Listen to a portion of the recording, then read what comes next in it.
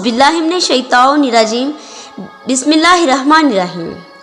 ख़वातीन व हज़रात अस्सलामु अलैकुम। अगर मैं आज से तकरीबन 10-12 साल पहले की बात करूं तो घर के जितने भी निज़ाम होते थे वो एक मर्द के ज़िम्मा होते थे और वो मर्द हर लिहाज से आकल और बाशऊर होता था। ज़्यादातर घरों में हाकम बाप ही थे, लेकिन अगर किसी का बाप कोई ताजर है या घर से बाहर किसी और मुल्क में रहता है तो उन घरों की बागडोर बड़े भाई संभालते थे।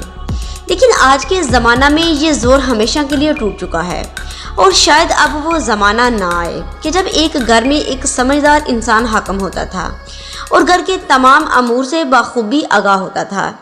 इस बात को आप हरगिज़ हल्का ना लीजिए, बल्कि अपने पड़ोस में, अपने मोहल्ले में, अपने शहर में या फिर अपने रिश्तेदारों में तलाश करें कि आजकल तो लोगों ने सारे का सारा निज़ाम ही बच्चों के सपुर्द किया हुआ है।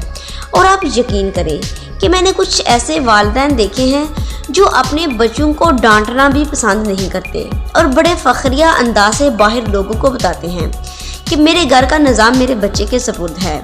ख़वातीन व हज़रात, पूरे कुरान को पढ़ने का सवाब एक तरफ और एक आयत पर गौर करने का सवाब एक तरफ है। बेशक गौर करने वालों के लिए ही तो निशानियां हैं। आज आप सोचें कि बच्चों के हाथ में हुकूमत आई कैसे। ये कोई छोटी मोटी बात नहीं है, मैं आपको बताती चलूँ। सरवर कायनात सल्लल्लाहु अलैहि वसल्लम की हदीस मुबारका है कि 70वीं साल के आगाज़ और बच्चों की हुकूमत से खुदा की पनाह मांगनी चाहिए।